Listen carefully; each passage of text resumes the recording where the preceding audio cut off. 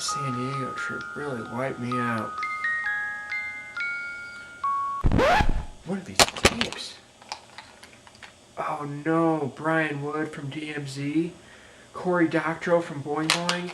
This is that great conversation that Ron had in San Diego with those guys. Oh, they're gonna want to turn this into a show. Everyone's gonna want to see it. I gotta go give them these tapes.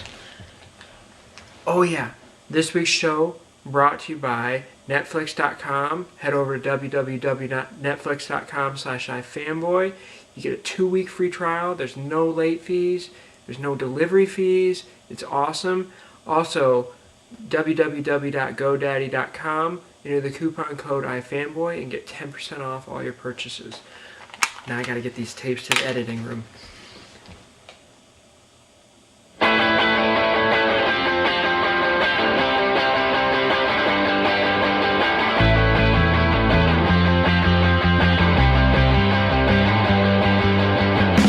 Hey, welcome to another episode of iFanboy. We're here in San Diego, and I'm joined by Brian Wood and Cory Doctorow. And Brian is a exclusive to DC writer, artist, illustrator. How you doing, Brian? Good, thanks. And Cory is a well-renowned science fiction writer, tech luminary. Snappy dresser. Snappy dresser, Disney expert, right? And so we're here at the San Diego Con, and thought it was a good opportunity to get with Brian, talk about DMZ, as well as Cory's been very outspoken about his enjoyment of the series. So let's get right into it. And to get started, Brian, can you tell us, what is, for folks who might not have heard of DMZ, what is the premise of the book? It takes place in the middle, actually quite far into the Second American Civil War. And the DMZ stands for the Demilitarized Zone, the No Man's Land, which is the island of Manhattan, which is like the unclaimed ground in the war. And the two sides, the established American armies on one side and the insurgent groups on the other. Okay. And what was the kind of because it seems like it takes place it could take place in an alternate now, right? Or how far in the future is it? Well, I don't really say. I mean, you date a book like that, and especially with comics that have shelf lives of decades now. You don't want to. I don't know.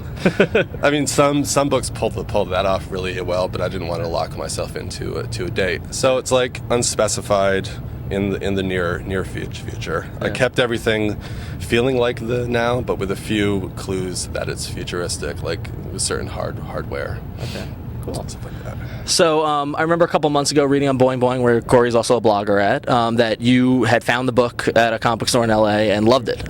So what was it that drew you to the title? Well, I actually really like that kind of future-present feel. I really like that moment that is today with 3 gadgets that haven't been introduced yet that can tells you that it could be any moment, kind of past to present. And it tells you that this is really an analogy or an allegory. It's not meant to be a prediction about the future. It's meant to be a prediction about the present. William Gibson just set his new novel in the year 2006. A novel so futuristic it only could have been set last year. And I think that's there's an increasing number of people who write science fiction who are writing in that future present moment. And I thought the writing was dynamite. I mean, the characters were great. It really was zippy, and it had some pretty trenchant political commentary that was nevertheless never preachy. And the art was beautiful. So. Yeah.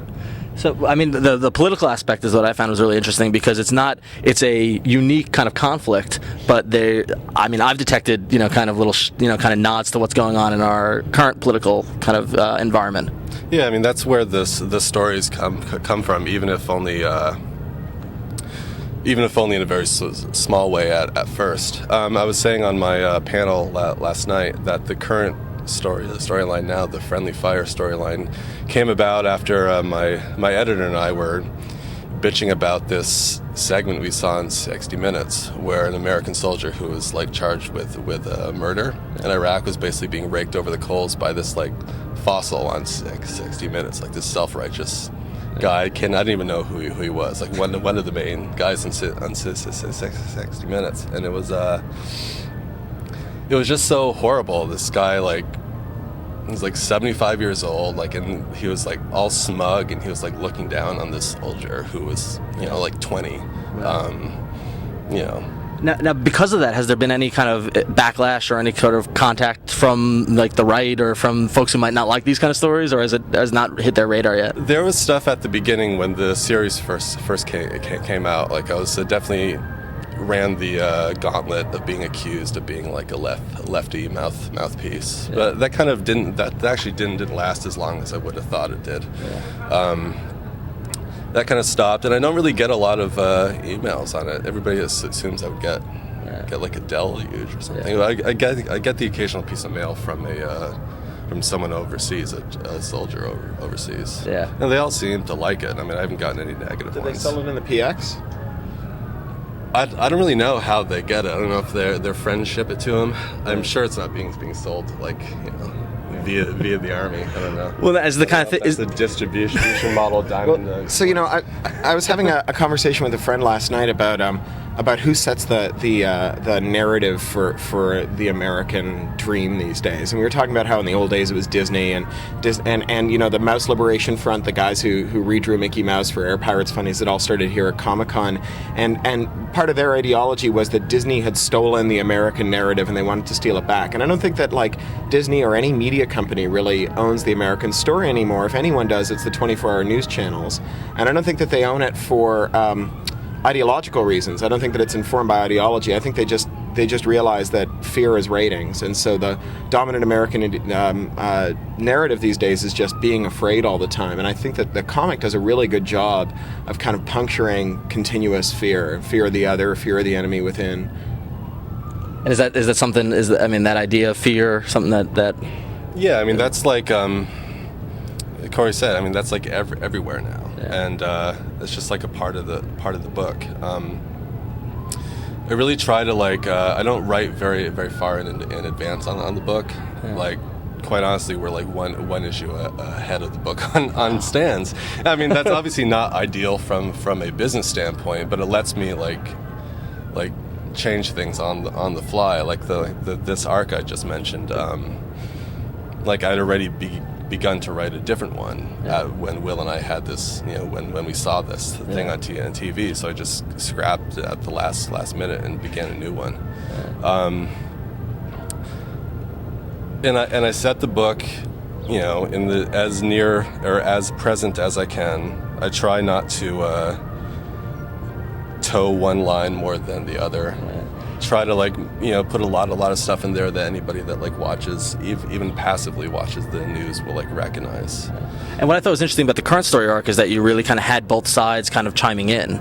You didn't. It wasn't really just that one-sided kind of point of view, which is kind of good. Yeah, that's balanced, fair and balanced, I guess. I just really think that I don't want to make it so easy for someone to dismiss it as like a lefty book or something. I hope that someone might read that and possibly be so surprised that it appears that me as the writer is defending a side that they might not have expected me to. Right. So I really try. I'm very careful as much as I can. I mean, I don't know. I'm an obvious liberal, so and the book is very anti-war, in a general sense. It's kind of appalling to me that being against war in general is a negative thing, but it definitely is, and it's so I mean, if I'm taking any side, I'm taking the anti-war side, and I would love somebody to try to defend pro-war pro-war stance to me. I think one of the things you really nail is that war isn't really about the two sides of combatants, but rather the combatants versus the non-combatants, and that the people whose lives are destroyed by war, who are non-combatants, are really the other side. In the war on terror, there's terrorists and the DHS on the one side, and there's everyone else on the other side, and the DHS and the terrorists are fighting us. Yeah. So what I think is really interesting, though, also is that in terms of the settings, within that context of the people affected by the war, and kind of your previous work, Channel Zero, and also a lot of your work, Cory, is kind of depicts this kind of dystopian, kind of future present kind of thing that's out there. But in terms of setting, I mean, Cory, and you're down out in the Magic Kingdom. The setting is Walt Disney World, one of the biggest icons of American entertainment. For DMZ and I believe Channel Zero as well, the setting is New York City, one of the the biggest city in the world. How important is that kind of background to the story, or can these stories happen, aside from that cultural kind of icon? I mean, I think it's a critical in my case, if for no other reason than for ground zero. I mean, you start. I mean, you can. I can write and Ricardo can drop bombs dropping on like other American cities, but it'll never like resonate. It'll never resonate. It'll never. I mean, just by like putting it in New York, you just like expand what that means by like factors of a lot. Exactly. I think in science fiction the setting is always a character, and always has a lot to say about the story, and it's not that you can't tell these stories set somewhere else. I sure have, but it's that having I just wrote a story about sort of trenchant political technological commentary set on a coral reef in the middle of the Great Coral Sea off the coast of Australia. So it can be kind of anywhere, but the story has to suit the location. Right. Cool. So, so to move a little away from the political aspect and DMZ and stuff like that, some of my personal favorite stuff that Brian you've done is Demo and Local, which were much more personalized kind of stories and kind of character things. Did you get a chance to read those books yet, or have you? I read Demo. I really liked Demo a lot. What was it about Demo that you dug? I think it was kind of vintage Brian Wood. It had the right kind of political notes, and it had the right kind of. I like the kind of angry subtext, the fast, furious, angry stuff, the kind of Warren Ellis, Hunter Thompson, and Abby Hoffman in his golden days kind of prose, overheated prose, and I thought the art was beautiful. I love the kind of monochrome stuff that is in some of your other books. I really like them. Yeah. So now is the color, because both Demo and Local are black and white, and I think that's a huge part of it. I think and Becky's work on Demo and Ryan's work on Local are making as much of a statement as the writing and that whole thing. Is that something going into it that you guys have wanted to do, or? We actually had the. I think early on in Demo, Becky and I had the option of making it a color book. I mean, in retrospect, it wouldn't. I don't think it would have like lasted financially if we had. But at the beginning, we had that option, and we definitely chose black and white. That's kind of like where we come from in terms of comics. Indie comics, zines, like that. I can't really say I like one more than the other. In a lot of ways, like when I get uncolored art for DMZ, I kind of wish we could just run it in black and white. And that's not a comment on the colorist skills or anything like that. But sometimes it just comes in and it's so beautiful. Would Vertigo let you do that if you want to do an arc in black and white, or? I don't really know. They have done black and white books like once in a while.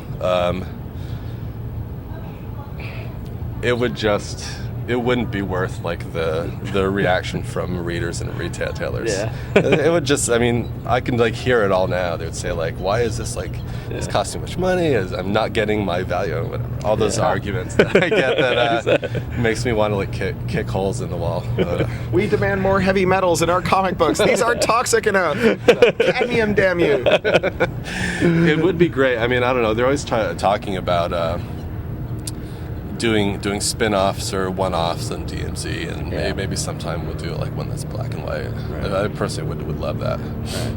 Well, DMZ is really kind of emerging as kind of a headline Vertigo title, as as kind of Y is coming to an end, and 100 Bullets has kind of got the end in sight and that sort of thing. And a lot of people have kind of foisted DMZ up to that point. Are you a big Vertigo reader? Have you read any of the other books in the line? Or? I've read both of the ones you've just described. Yeah. I'm not a huge Stray Bullets person, but I really like Y. I like Y a lot. I thought it had a little bit of a low ebb when they described that it was all because of Jungian zeitgeist that all the men died, but I thought it picked up after that. Y is another comic where I really like the writing. The humor is great, and and it really just zips along. And I love the serial form for that, for imagining some kind of big catastrophic change, which in science fiction you would, because it's meant to be read in kind of one sitting in one volume, you would usually pick certain scenes to highlight some character arc that you really wanted to tell. Whereas here, it's clear that the Y writers are really imagining all the different ways that a world without men would look. And then,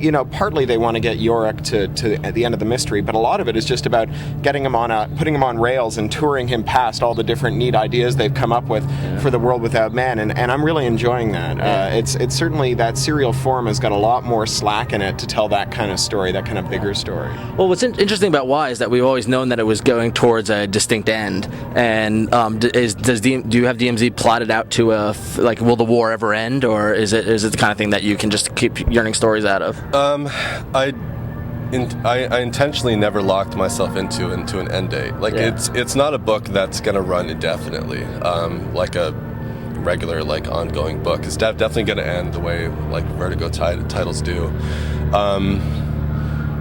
I kind of have refused to say exactly when, and thankfully Vertigo's never made me pick a date or pick an issue number. Mostly because it's so much about what's happening in the world. I want to be able to God forbid I keep getting more ideas in 7 years. If I want to keep it going, there's a wealth of inspiration and it's still relevant, I want to keep it going. So yes, there is an ending, and no, I don't know when or what it is. I think you should end it when we win the war on terror. Yeah. Right. Just as soon as the war on all abstract nouns has been successfully concluded, I think the book should wind up too. Gotcha. Okay. All right, so we've got the ending all set out now.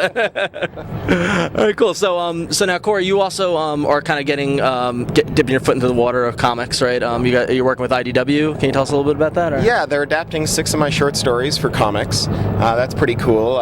They wrote to me and asked me if I minded, and I said that sounds really fun. I've never really had my stuff adapted this way. I've had some fan adaptations, but never this kind of thing. Yeah. And they were really great to work with. They sent me all kinds of material for approval, and I got to fairly closely supervise some of the projects. And the part that I like best is when we're done, there's going to be a trade, and that trade is going to be also Creative Commons licensed. Oh, very cool. It'll be available for free downloading and remixing on the internet, and which I think will just sell more books and also engage my audience in interesting ways. And it's got me thinking about other comic ideas. I've been kind of tossing around an idea for a big kind of manga soap opera about feminists and union organizers fighting gold farmers in virtual worlds. So kind of based around one of the short stories I wrote. Very cool. Yeah. I was actually asked to do covers for your book. Yeah. But I couldn't because of my exclusive deal. Yeah, I was pretty bummed about that. I felt really, really bad about it. Oh, well, when you get out of your exclusivity. Well, once in a while they let you,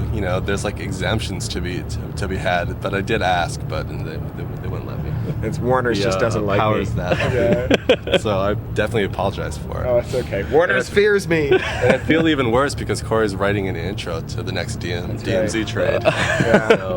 Luckily, I'm not under an exclusivity.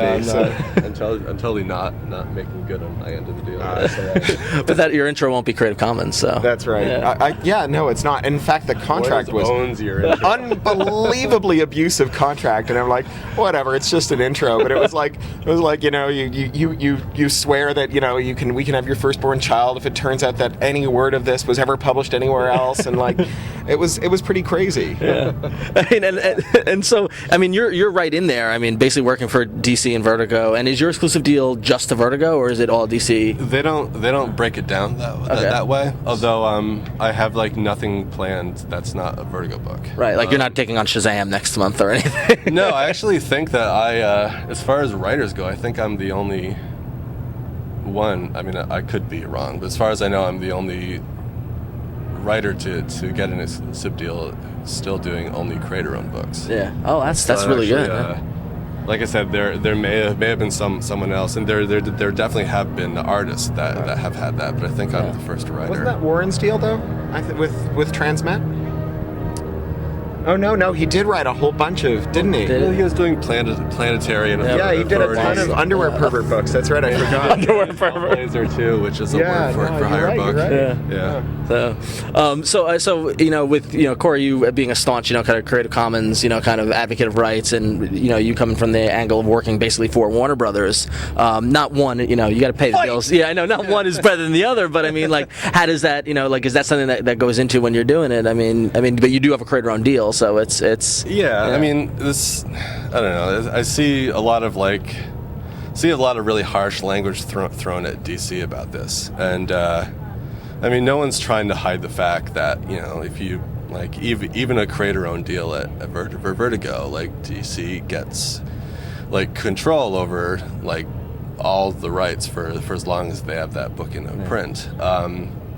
And a lot of people choose to interpret that as like, DC owns everything. DC takes your ideas. I mean, I personally don't find that accurate. I don't feel like they're in any way like an unethical company. They certainly don't try to like hide any details of their deal. I mean, it's all in the contract. I just kind of don't mind it. I mean, I've done indie stuff where I like have control over everything. A lot of indie companies take similar kind of rights for your books, like AIT does and Oni Press does to like an extent. So it's not like it's not like they're the only ones. They give you a lot of support. The trades and the royalties are like unparalleled in this industry. So I mean, I had no problem like working with them, and also like I mean, I when you just said that I'm working for Warner Brothers, it like makes me cringe because that never crosses my mind. Like day to day, like it's me and my editor Will, and I go to the Vertigo offices, and it is even like they're not mixed in with DC. Like it really feels separate, and they feel it separate too. So it's not like I feel like I have like DC corporate masters like looming over you. Yeah. But as the rights battle kind of evolves, how important is, I mean, because I imagine you probably fight for the Creative Commons aspect of it, right? I mean, or how is the IDW open to that? Well, so IDW actually was very open to it. The only qualms they had was they thought that retailers would freak out if the singles were CC licensed, and it was just kind of like more trouble than it was worth to try to explain it to a million comic book guys why what CC means and why it's good for them. But I think that Brian, you're right. I think that by and large the contractual stuff is really well understood, and while it's not maybe the best shake that a creator could get, it's not the worst either, and certainly come a long way since Siegel and Schuster were signing away all their rights on the backs of their paychecks every week. But I think that the people who don't have a voice in those contract negotiations are the readers, and that's I think where Creative Commons can really come in. And I think that it's a win-win, although the big rights holders don't understand it yet. It's a win-win to say to readers, you can interpret these works and you can use them in a cultural way, not a commercial way, but a cultural way among yourselves, using the internet the way that you always have using offline media. And the difference is that, when people made costumes, or when they drew their own panels, or when they made their own posters for their bedrooms, or shared it with their friends, or any of that stuff, or wrote their own fan fiction and circulated it, there were no copies being made, and there was no way to search that, and so it sat below the level of legal notice, and so no one ever had a lawyer call up someone who was writing fan fiction and say, you got to cut that out. But like Warner's actually did send lawyers after a 12-year-old girl in Brighton, England last year for writing Harry Potter fan fiction, and it just doesn't make any sense, right? I mean, I think that the reason that Comic-Con exists, this giant fan-run convention with 140,000 people shoveling assloads of money into the pockets of the comic book companies, the reason it exists is because it's a form of cultural expression. And culture is what happens when people talk to each other. And the fact that when we do this on the internet, it's now searchable and involves making copies, shouldn't mean that we invoke copyright law that's intended to govern negotiations between giant companies. It's like saying, well, if I'm going to take you out to lunch and loan you a $5 for it, we should call the SEC to find out whether or not that loan is financially kosher. Right? That body of law has its uses, but it doesn't have any uses when applied to individuals doing cultural things. And so, this is the thing that I want to drag publishers into, and I don't really think it's an anti-corporate stance. Although some of the big media companies and I part ways on ideology, I think that you make more money when people care about your stuff and make it part of their identity than you do when no one cares about it. I mean, my friend Joe Ito gave a talk a couple of years ago at Melia, the big TV conference in France, and he said, by all means, keep putting DRM on your movies, keep suing people who download them, keep shutting down internet sites, keep doing all of this shit, and if you're lucky, you'll win, and people won't watch movies anymore. And then where will you be? Right.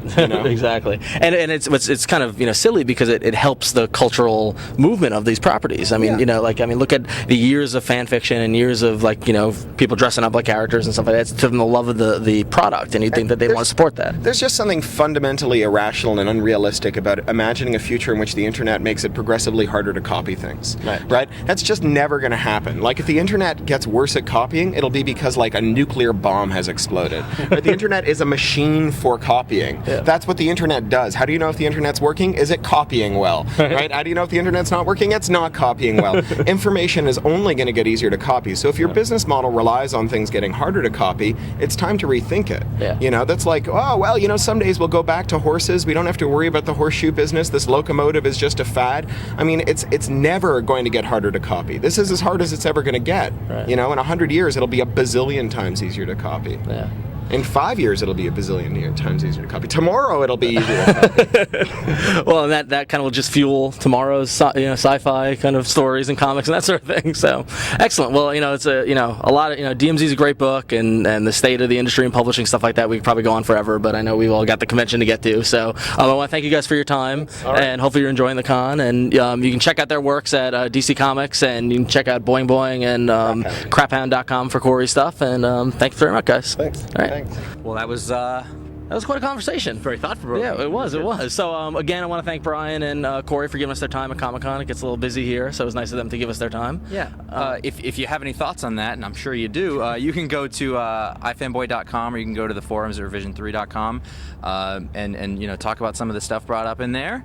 And a lot of stuff to talk about, that's Certainly. for sure. And if you have any feedback for us, you can send us an email at contact@ifanboy.com, or you can call our voicemail line at 1-888-FANBOYS. That's 1-888-326-2697. So. And this is one of the cool things about conventions. You can do stuff like this, and that's that conversation I don't think has ever taken place. It hasn't. They never met before. So That's really cool. So iFanboy brings creators together. So, anyway, thanks a lot. We'll see you next time. See you. Let me just grab the CBR boat or something. You just play that. It's the CBR boats are rocking. I know, don't come on now.